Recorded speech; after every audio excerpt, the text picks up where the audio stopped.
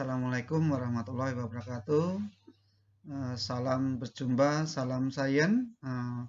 Pada pertemuan yang kedua untuk bab sistem pencernaan manusia, pada video ini kita akan bahas materi tentang sistem pencernaan. Nanti kita akan lanjut mengenai apa saja penyusunnya. Untuk itu, silakan untuk menyimak selanjutnya. Baik, kita bahas sistem pencernaan.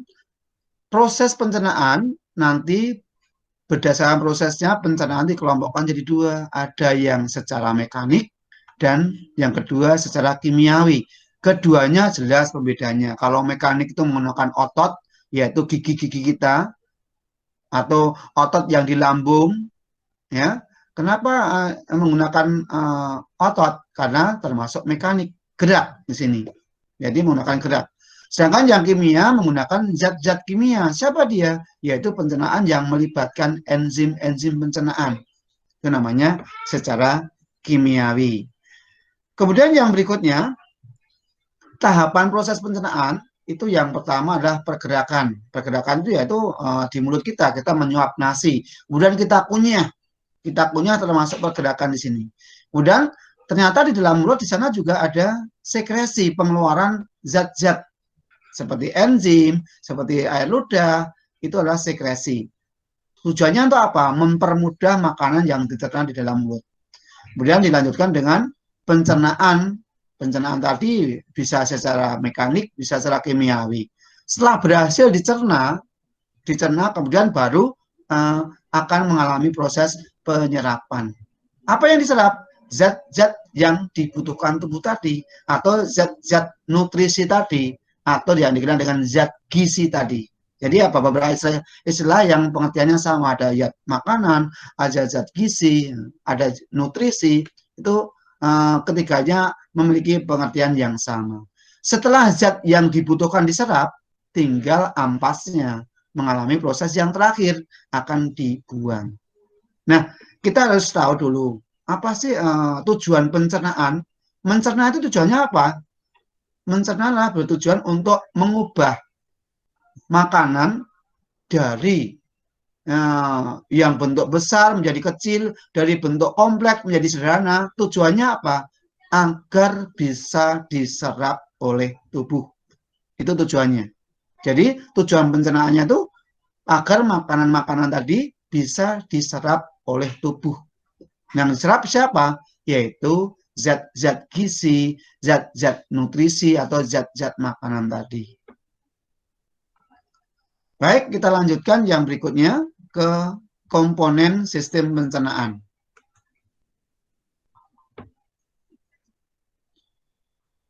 Nah, kita bisa lihat secara urut komponen sistem pencernaan itu yang pertama yaitu rongga mulut, baru dilanjutkan oleh kerongkongan.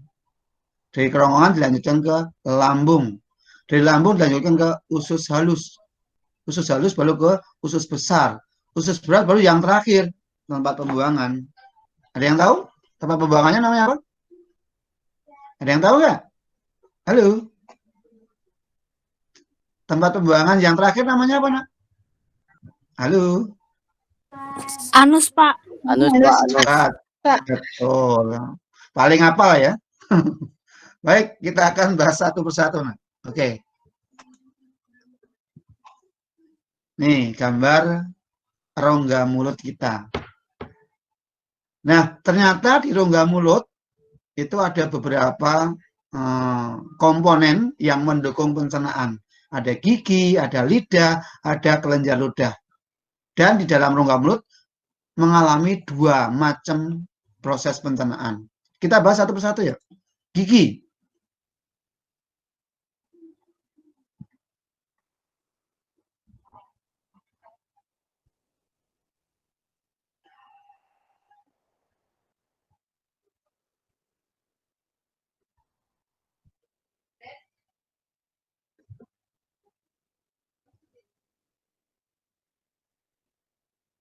Baik, sambil jalan, Bapak akan jelaskan.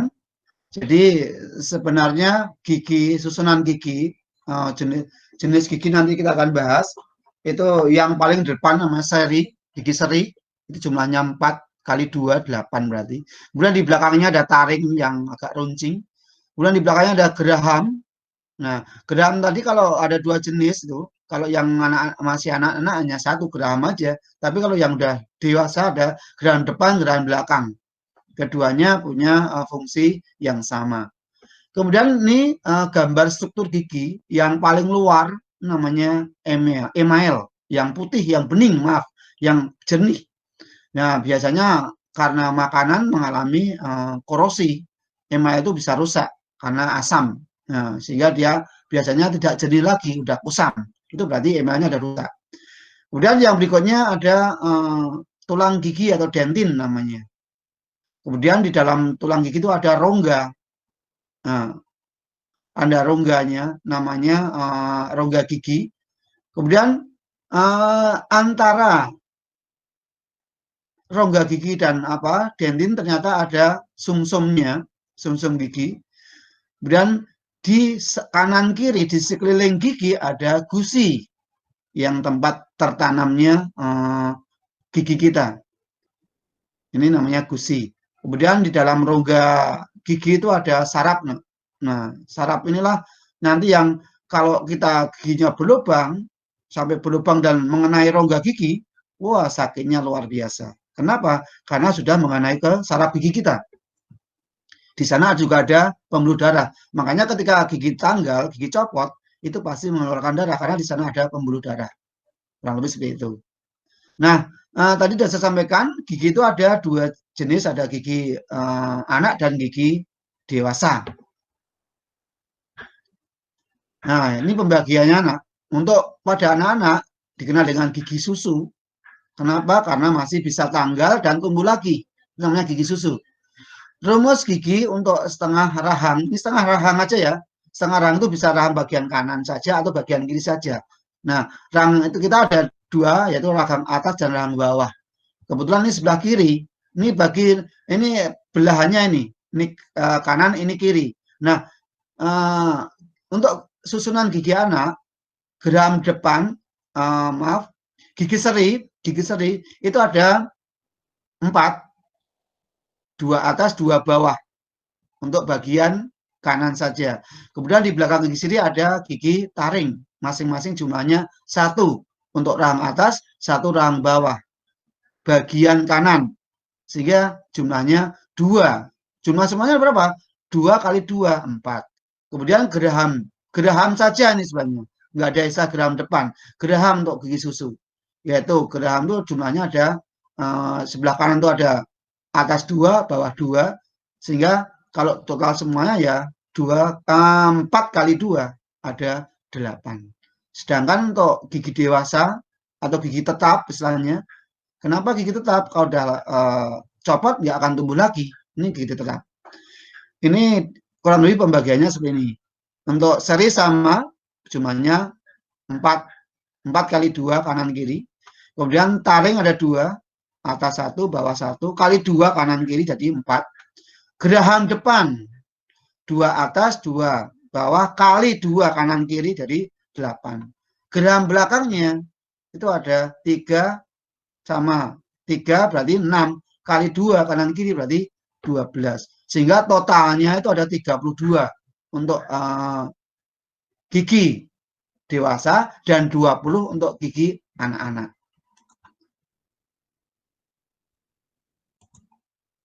Kemudian yang berikutnya lidah. Dalam sistem pencernaan, lidah kita punya berbagai macam fungsi. Fungsi yang pertama yaitu mengaduk-aduk makanan, mengatur letak makanan istilahnya. Ya, mengaduk makanan atau mengatur letak makanan. Itu fungsi lidah kita.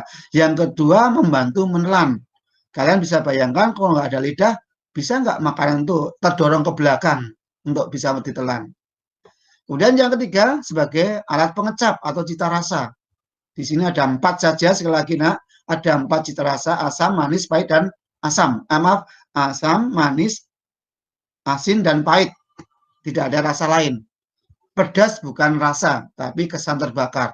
Karena kalian bisa bedakan, kalau asin, manis, dan asin bisa nggak dirasakan oleh kulit tangan kalian? Ternyata tidak. Tetapi kalau cabai yang rasanya pedas, kalian oleskan ke kulit kalian, bisa nggak merasakan kulit tangan kalian?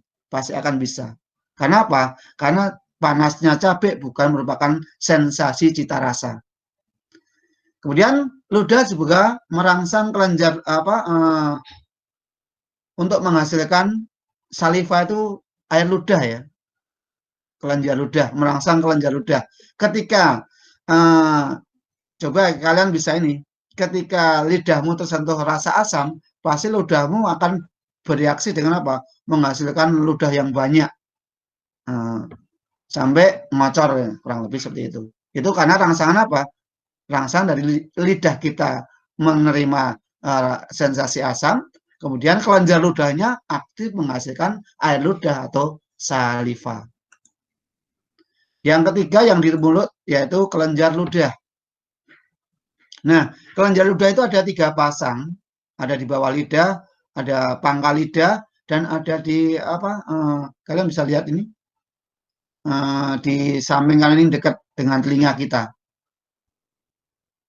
Fungsinya apa? Kelenjar ludah menghasilkan saliva atau air ludah atau air liur.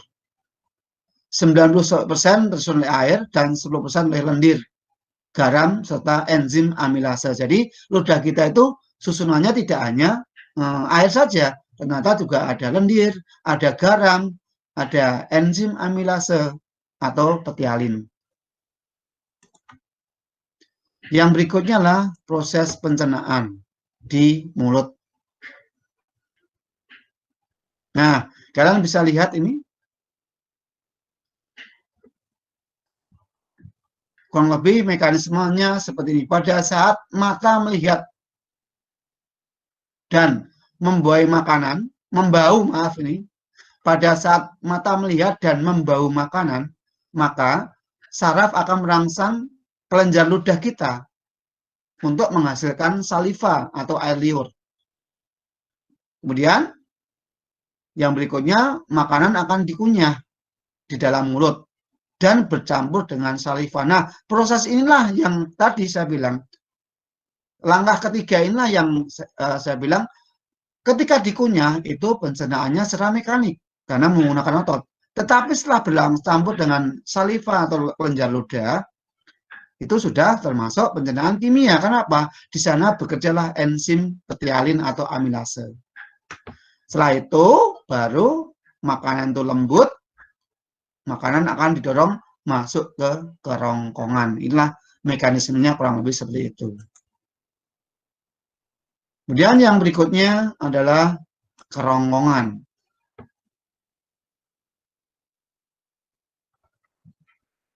Nah, di dalam kerongkongan memiliki gerakan atau terjadi gerakan peristaltik istilahnya. Apa itu peristaltik? Yaitu gerakan menekan dan mendorong makanan sehingga makanan itu akan terdorong masuk ke lambung. Nah, peristaltik. Jadi apa itu peristaltik? Gerakan menekan dan mendorong. Akibat peristaltik, makanan terdorong masuk menuju lambung. Makanan dalam bentuk gumpalan ya. Makanan dalam bentuk gumpalan atau bolus istilahnya. Bergerak karena adanya refleks pada bagian faring. Faring itu adalah pangkal kerongkongan. Ini yang ada anak panahnya ini. Ini faring. Yang dikenal dengan epiglotis. Ini strukturnya, kerongkongan kita itu dari sini sampai sini. Jadi dari faring sampai ke ujung awal lambung itu namanya kerongkongan.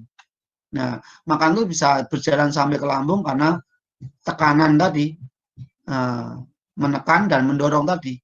Akibat ketekan, turunlah dia. Tekan lagi, turun. Akhirnya menuju ke lambung. Nah, setelah masuk ke lambung, baru nanti dilanjutkan oleh kerja lambung di sana. Yang berikutnya, yang ketiga, yaitu lambung. Bagian-bagian lambung. Lambung dibagi menjadi 3 bagian utama. Bagian awal, sepertiga awal, namanya kardiak. Kemudian di tengah namanya fundus. Dan bagian akhir namanya pilorus. Ya. ada kardiak, fundus, pilorus. Nah, ini gambaran makanan yang ada dalam lambung. Nah, kurang lebih seperti ini, dan kalian lihat ini yang serat-serat ini sebenarnya apa? Ini merupakan otot. Nah, otot lambung itu ada yang melintang, ada yang membujur. Nah, tujuannya untuk apa? Mengaduk-aduk makanan. Untuk mengaduk-aduk makanan. Itu otot ya, atau di lambung. Kurang lebih seperti itu. Nah, tujuannya untuk apa? Biar makanan nanti juga mengalami pencernaan secara mekanik. Jadi, tidak hanya di mulut, di lambung pun juga terjadi pencernaan mekanik. Karena siapa? Kerja otot secara mekanis. Nah, ini di akhir dari lambung juga ada katup. Katup itu kayak klep ya, yang mengatur untuk makanan nanti masuk ke usus halus nih. Lubang ini namanya katup ya. Kurang lebih seperti itu.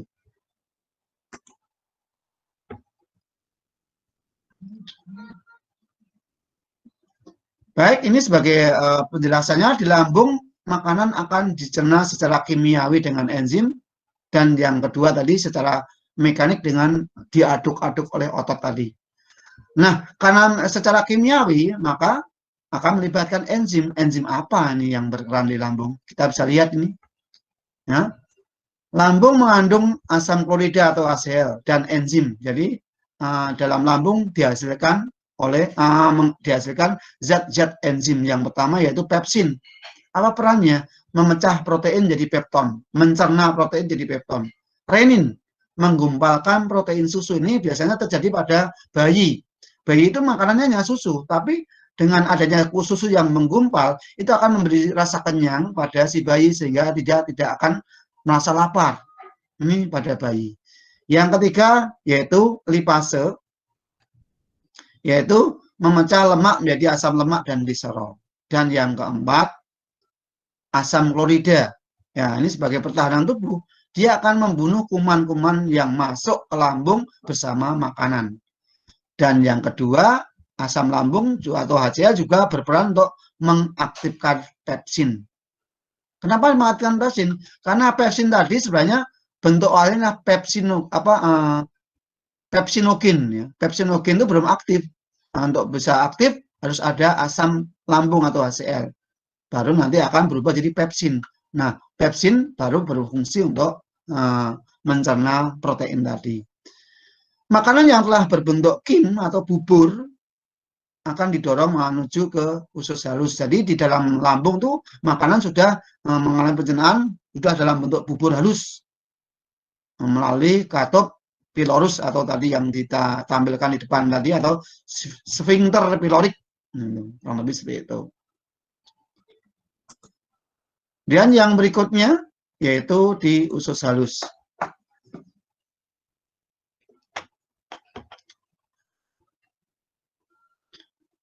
Usus halus dibagi 3 bagian.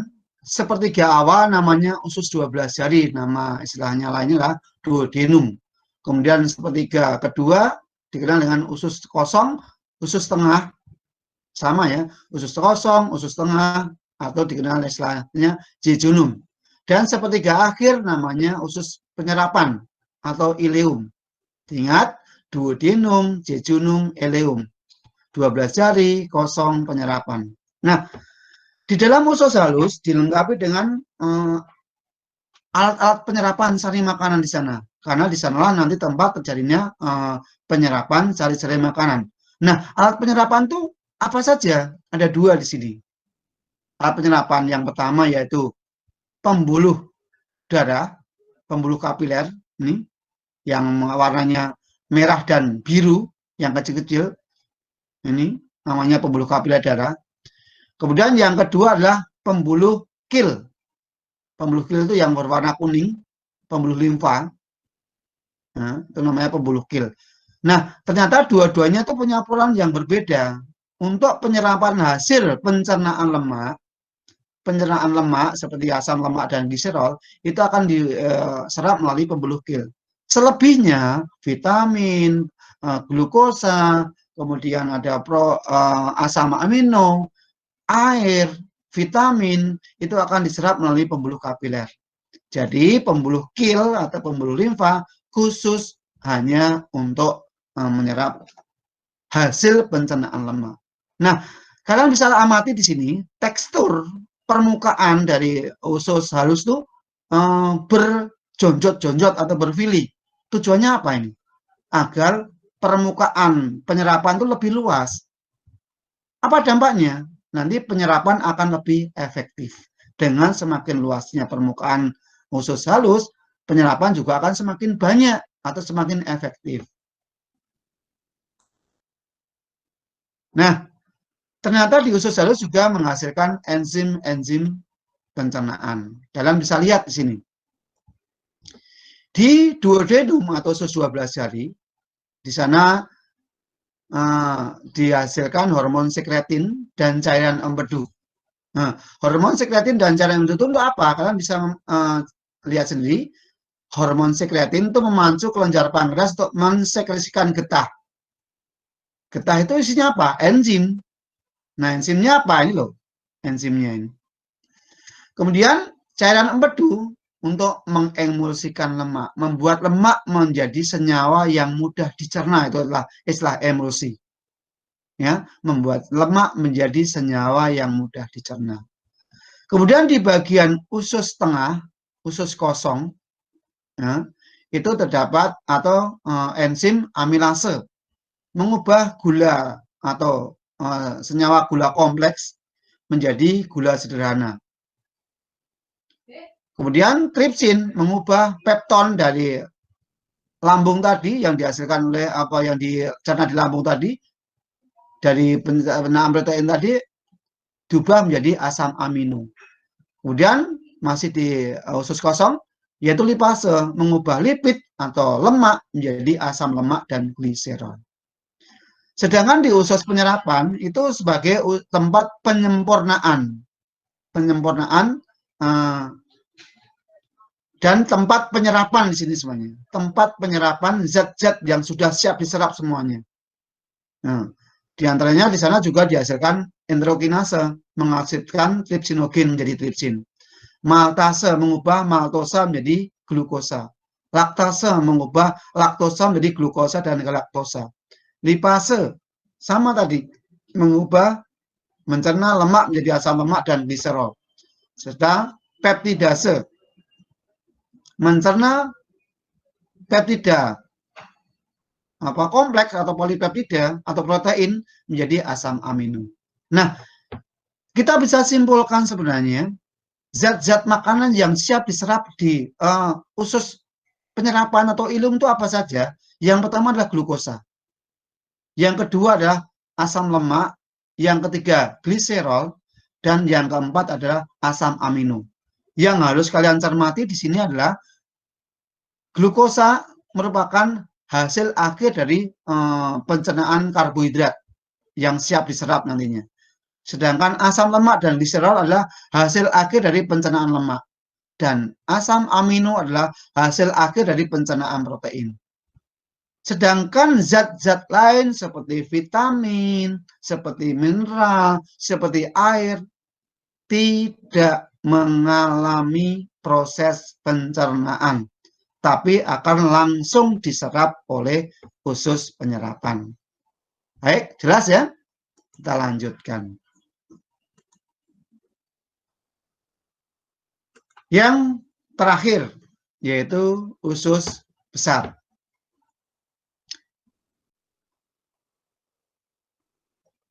Nah, bagian-bagian usus besar.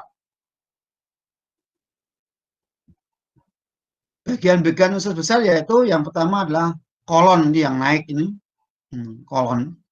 Kemudian ada sekum, ada usus buntu, ini usus buntu.